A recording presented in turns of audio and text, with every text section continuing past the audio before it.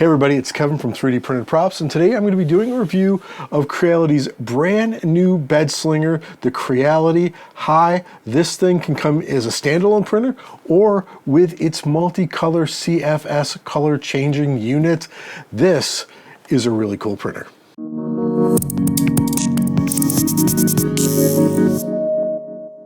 Now this is going to be an actual true review because I've had this printer now for over a month. I've got to play with it, I've got to go back and forth with Creality to see what was up with certain things, have some of the software tweaked. It was really interesting to be that keyed in to the development of some of the fixes and updates to the machine.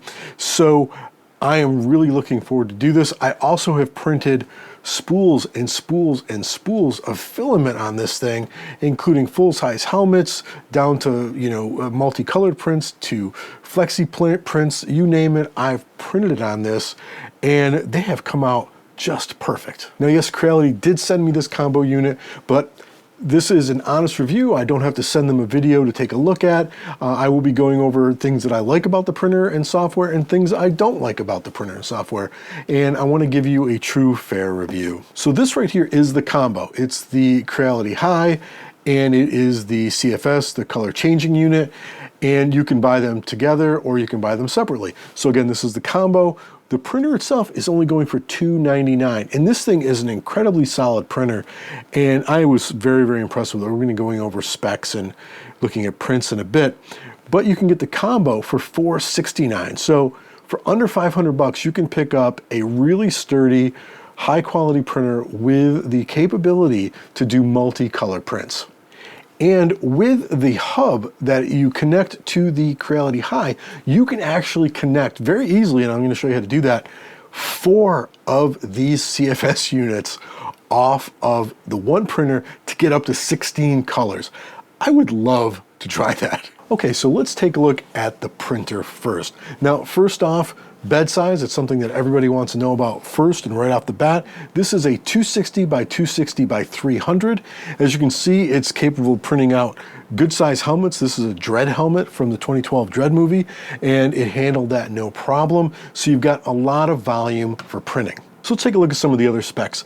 Of course, we talked about the hub. This is where if you have multiple CFSs, you can hook them off of this really easily to print up to 16 colors. We have the filament cutter right here. So when you're purging, it purges and poops out the side. So we're going to do a little poop collector over here. Got to figure something out for that. It comes with a file, but I'm going to try to come up with something so that I put it on the end of the table and it drops off into a trash can. Now, what else do we have? We have a filament runout sensor, but this one is actually in the extruder for more precise knowing of when you've run out of filament, and then this way it can feed it back through the CFS and warn you, hey, your filament's out, come on down and replace it. And with the app, I actually get a message saying that I need to do that. So it's really neat that it is built right in there. You also have a camera that's in the front here. It has a little flip, so make sure you flip that or you're gonna get some very blurry photographs. Now, one thing you'll see up here, of course, is the spool holder. So you don't have to use a CFF, or you can have one up here and then these over here, and you can run it through this guide to help feed it into the printer. And if you want to take advantage of the RFID that the CFS as the color holder has, we'll take a look in a minute, there's a little button on the side, or a little sensor on the side, not really a button, but a sensor on the side where you can tap your filament against, as long as it is Creality and has that tag on it, and it will then tell the printer what it has, which I think is pretty neat. Now, speed-wise, this does run at 500 millimeters a second at max speed with a 1200 millimeters a second acceleration. Now, data from the lab, this is right from Creality, most reliable print quality and print time is going to be 300 millimeters per second. Still pretty fast, and I was really impressed with how fast I was getting these prints out, especially helmets. They were coming in at like 7 hours, 8 hours at 0.2, 0.16. Really, really happy to get those kicked out that quickly. Now, of course, the printer also has a lot of the things you're going to expect. You've got auto bed leveling, starts from the inside and works its way out. You have input shaping, You have, of course, we talked about the camera, the cutter. It's got the basics built into it that you're going to expect to have now. The Wi-Fi capability is nice because once you start it up, it walks you through all the steps. It does all its input shaping, it does all its leveling, it checks everything, and then it's good to go. You put your Wi-Fi in, check to make sure that you have the latest software. So just go to the downloads area and bang, you can find it, download the software, and be updated before you do any printing. And as far as putting this printer together, as you're going to see if you stick around or you jump ahead and you watch the assembly, this thing comes 95% put together. I think it uses a total of 8 screws total to actually connect everything you got to connect to the printer, and then just some PTFE tubing and some cables to attach the CFS to the printer itself. Now, there is, of course, a power cord for the printer. The CFS is powered by the printer via one of these cables. One of the other things I liked about the printer was the 3.2 screen. It's got a nice feel to it. It's pretty responsive. It's very crystal clear. I like that. It will also fold in and tilt. So you're not sort of having to crouch down or look around and try to actually get a good view at it. You can do those tilts, and it feels, again, really, really sturdy. Now, I mostly do Wi-Fi printing now, but let's say you don't do that. It does, of course, come with a USB port right there that you can go ahead and plug into and do your printing that way. And the bed is a magnetic, flexible bed. So, of course, it just pops right off and nice and flexible, slides right in. It doesn't use the little V-cuts that the Creality K1 and K1 Max uses. It just uses a plastic ledge in the back, or it looks like it might be metal ledge in the back. I found that it still snaps in really well and guides in there, and I haven't had any issues with it. Another great thing is the extruder cleaner, this little rubber guy here, isn't on the actual Flexi plate itself, so we could use maybe a third party at some point. And the nice thing is they give you a replacement when that's damaged. So now that we've looked at the printer, let's go ahead and take a look at the CFS itself. I really like how this looks. It has a, not a huge footprint, which is really nice. It's low, so we're not going to be taking up too much headspace here. I love the smoked plastic up top. It's sort of darkened. And it looks like what we've got here on the sides are some clips, some sliders. So I'm assuming, yep, that will bring it this way. And then we can open the top. Of course, we have all the tubing and connectors to load the filament, rollers. We then have a notice on what we can't run in here. So TPU, PVA, BVOH. This is a little icon of a really damaged spool. Like a lot of these printers, needs to roll freely on these rollers. And that makes sense. And this looks like it's just like a damaged roller. So obviously you want to check your rollers. So the rollers themselves feel really nice. They feel really heavy duty. This is sort of a rubberized to sort of grip on the spool. Nice metal bearings. That looks really, really good. And then in the back, what we've got is 2 desiccant holders, and it comes with some desiccant, and they are in plastic bags. So don't forget to remove that, or you won't be doing yourself any good. And Creality says that their CFS is airtight, and it does actually have a really thick rubber grommet all the way around the unit. And these latches on the side should hold it in there tight. Now, I don't know if it's airtight, but it would definitely keep, I would think, the filament from getting affected by moisture, especially with the 2 big desiccant packs that are in both sides. So very simple in the back. We've just got some data and some filament connections, and that's it. So let's load it up with some filament. This is Creality filament. Where the logo is where the RFID tag is. We're just going to go ahead and put it in. And if you look on the screen here, you can see that the printer says it's 17, or the CFS says it's 17 degrees Fahrenheit with 35% humidity. It's really nice to have that right built in, and you can see it just goes ahead and draws that filament right through, and we can look at the Bowden tube going straight up. There goes the filament, and there it is. If we hit edit, we can see that it has correctly identified it, and it cannot be modified because it's from the RFID tag. Now we're going to load up the rest of the filament. Again, there's the readout of the temperature and humidity, which is really nice. and we are ready to go. And there it goes. The last one pops in and it's all set. So let's say you're not using Creality filament with the RFID. You just go ahead and go to your settings, material, and you choose one of them. So let's say we'll select that. We click edit. And here we're able to say that it's generic or Creality. It is a PLA, ABS, or PETG. And we can then go down here to select generic PLA as well. Now, the one thing I did notice on this that I would like to see here is, what if it's a silk? There's no setting to do this. So generic, PLA, type, there's only those three. If I click on that, it doesn't do anything. If I go to generic PLA, if I click on that, it doesn't give me more of a list. So I think I definitely like to see something like that. Of course, then we can also choose the color. Yellow is in number 2. We click OK, and now yellow is there. So as you can see, the CFS, super easy to use, really nice looking, and again, if you could hook 4 of these up to the printer, I just think that's super cool. Now that we've gone over the specs of the printer and the CFS, I've showed you how to load some filament in here. Let's go ahead and take a look at the quality of some of these prints, both standard one color and multicolor. Now, of course, I would be remiss if I didn't start right out with multicolored prints. And I actually had more, but I gave them to my nieces. And I think I'm going to be doing more of these. I don't do a lot of multicolor printing, but they are so cute. And these, you can find the links to this artist's Patreon below. Just some incredible stuff. Look at the quality of the print. There are, I mean, it is so incredibly smooth. I was so impressed with the layer lines, the fact that there's absolutely no binding up in any of the flexible nature of it, but the print itself is so incredibly clean that I could not believe it. Like, look at the points in the eyes. That is very, very sharp for doing this multicolor printing.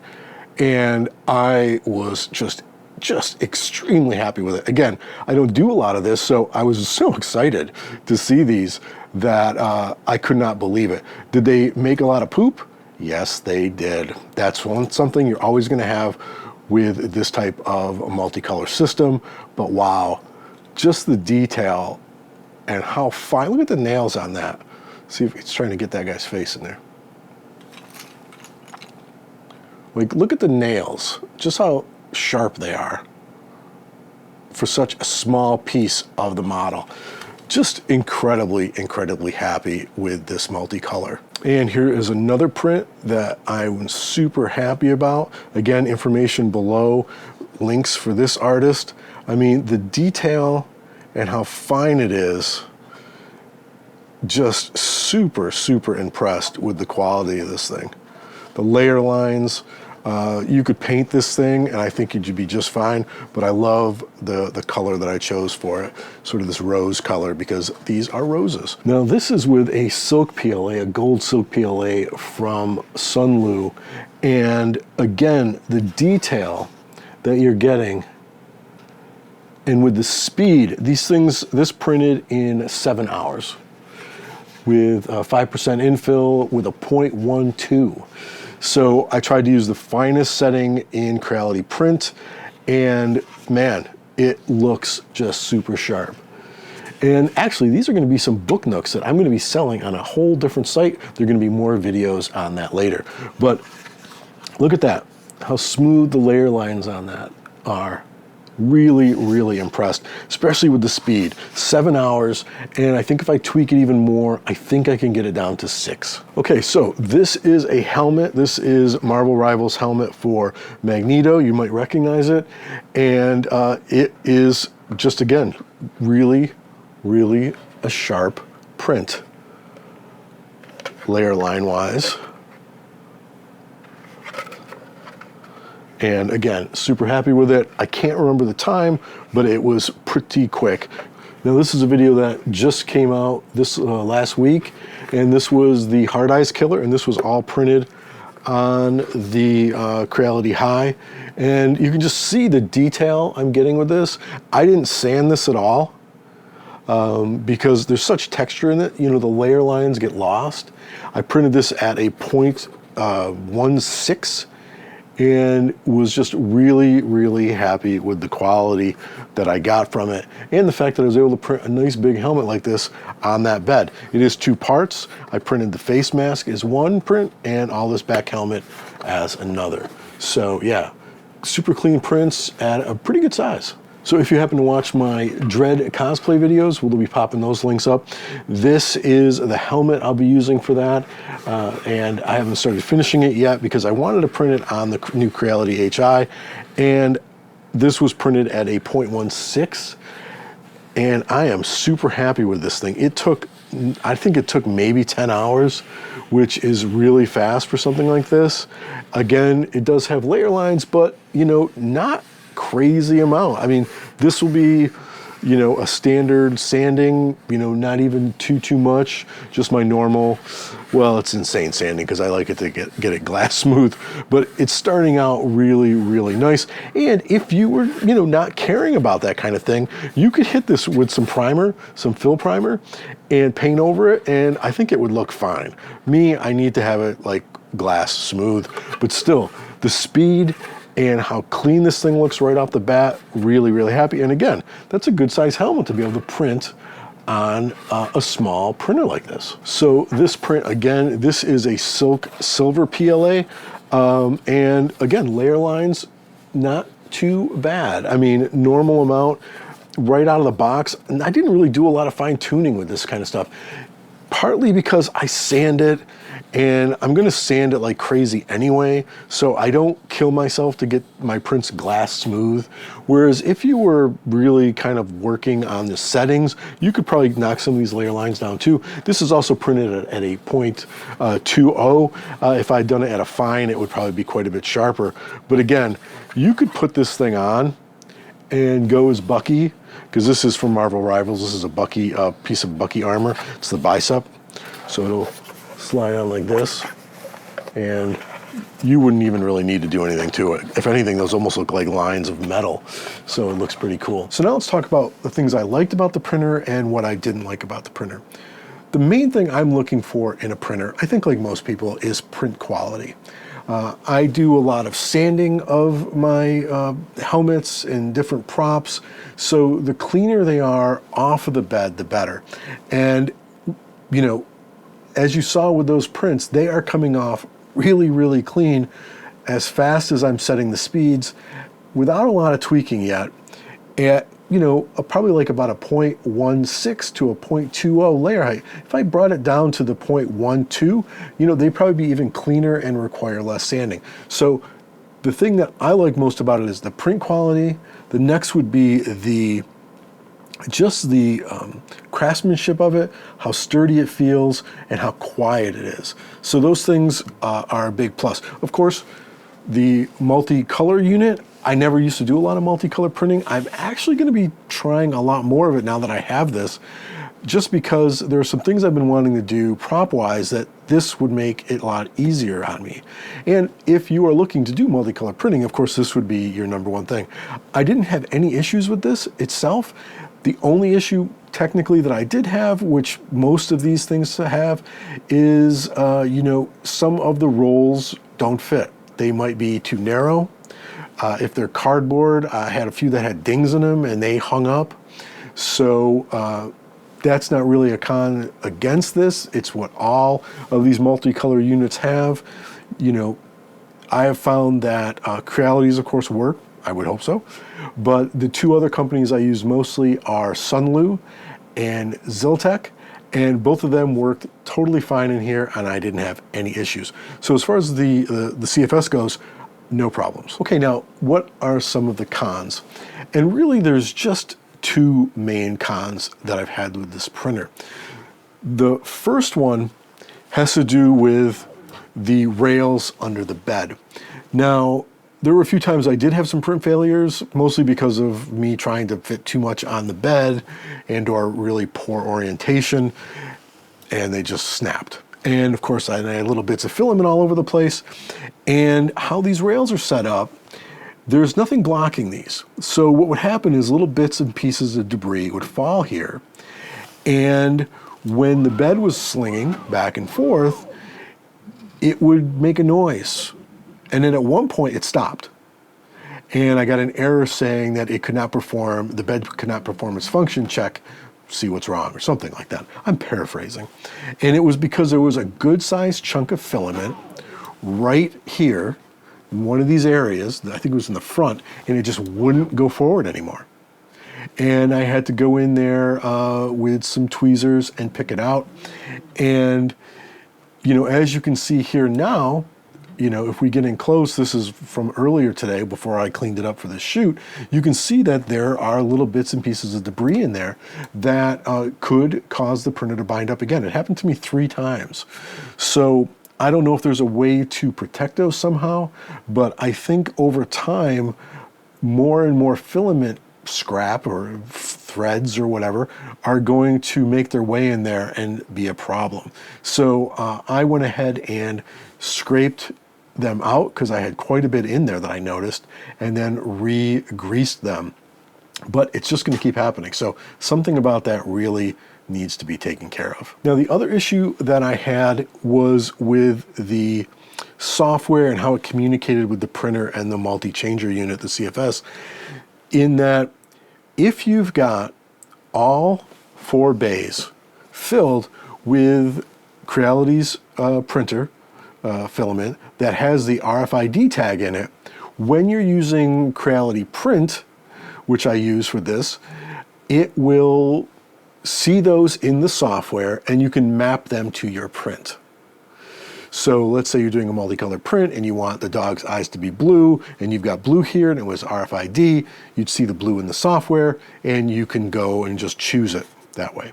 However, if you've manually put in what these are and you've said this is generic and this is whatever, then what's going to happen is the software isn't going to see that and it isn't going to know, and you can't map them in the software. So if you're upstairs, that's where mine is, upstairs, you will have, let's say, a panda bear and you want one part of it to be black, one white, one green. It isn't going to show it in the Creality Print. You'll have to come down and remap it in the printer. Now, it's doable, but the problem is, like, maybe I can't remember that filament 1 is supposed to be black and filament blue is supposed to be green, you know, 2's green, and I got to remember that. So I'd like it if somehow, if you put the generic types in here, you did them yourself, it would still go ahead and know what it was in the software. That might be something they're working on. I don't know.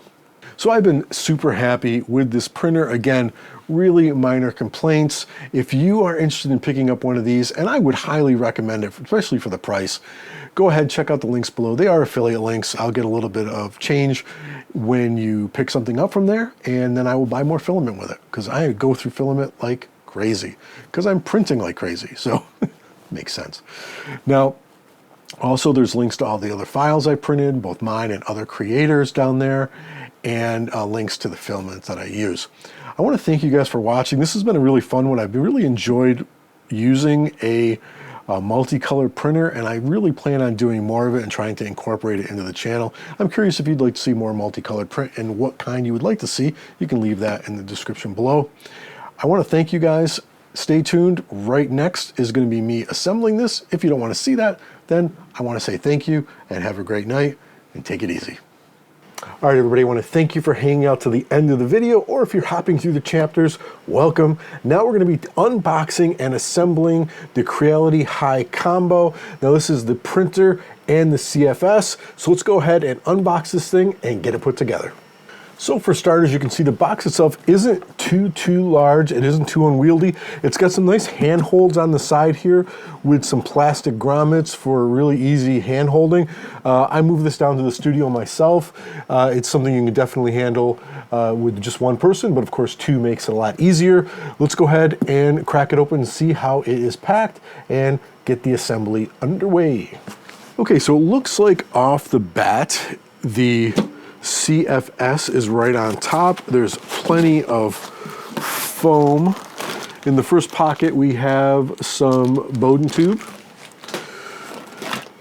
And we have our cables to connect everything together. I'm assuming it's for the CFS to the actual printer itself. And we've got some nice thick pieces of foam here on both sides.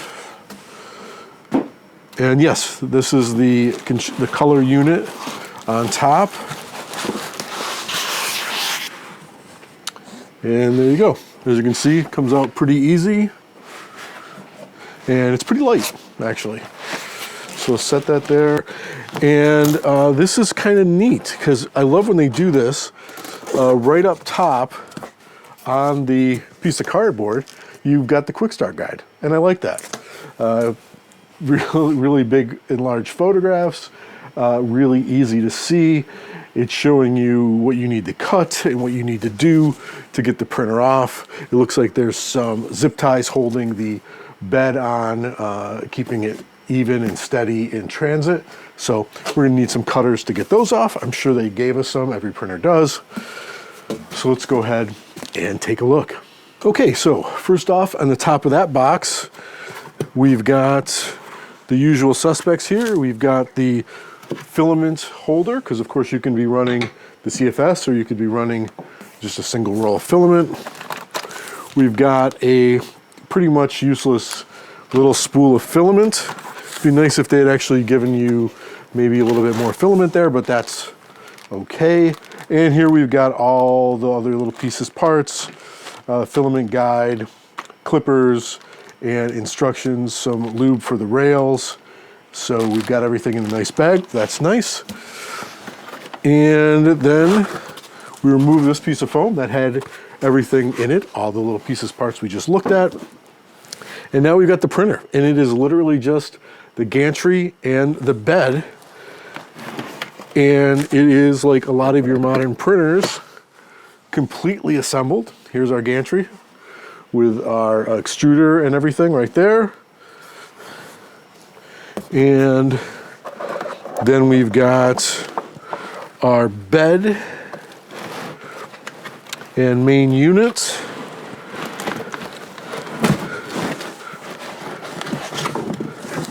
Then you can see how light it was. I was able to pretty much lift it out with one hand. And here we go. Here is the bed. And as you can see in the main printer itself, you can see it is heavily zip tied to make sure that this thing isn't going to go sliding around anywhere in transit. The bed isn't going to be moving. So let's go ahead and cut those zip ties and start taking a look and assembling this unit. Okay, so before we actually undo all those straps, let's take a look at what came in this bag, a little close up on that. We of course got our stickers. We've got the quick start installation guide and the installation quick start for the CFS. Looks like there's one more thing in here, our service card. Now in the bag itself, we've got some more tubing that it's probably for the CFS. We've got a declogger, this little guy here. We've got our clippers, which we're going to use actually to get off all of those zip ties. This is a filament guide, so we're going to set that aside. We're going to need that. And then last but not least, in this next bag, we have some zip ties. We have some grease for gears and whatnot. We've got our screws, and that's it. Apparently, these are all the screws we need to put this unit together. Let's clip these away, and they are some heavy-duty zip ties. But we don't want things shifting around in transit, so I'm glad that they went ahead and did that. Just get rid of these.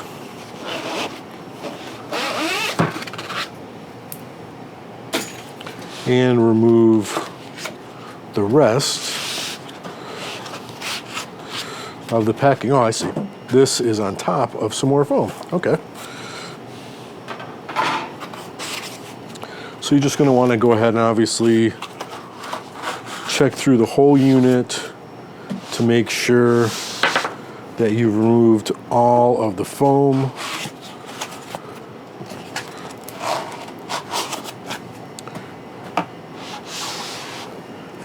Piece in the back. There we go. So like most of our modern printers, it is mostly assembled. So we're going to slide the bed forward and move the cabling out of the way and lower our gantry, and it just slides into place. Okay, so now all we need to do is add 2 screws on both sides, and these are M4/8s. And again, there's not many screws that actually are involved in putting this thing together, so we're going to make some quick work of this. So with the tape removed, now we just go ahead and make our first connection, snaps right into place, and we're going to do the same for the other side. But before we do that, do not forget to connect the Z connector.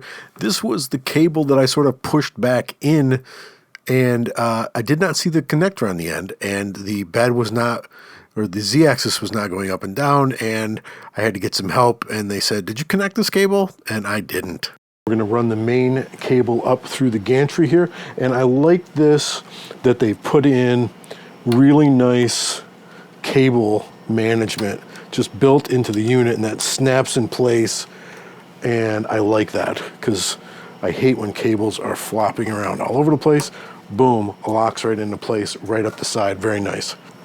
Okay, so now we make this final connection so that everything will see each other and know what's going on. I'm sure it's a bit more technical than that, but that is it. We've actually assembled the main part of this printer. Okay, so let's go ahead and put the spool holder on. And this is interesting because it doesn't have like a standard sort of method to screw in, it sort of clips in. And it has a little sticker up here that actually tells us the recommended place where they think you should put it, so that's where we will put it.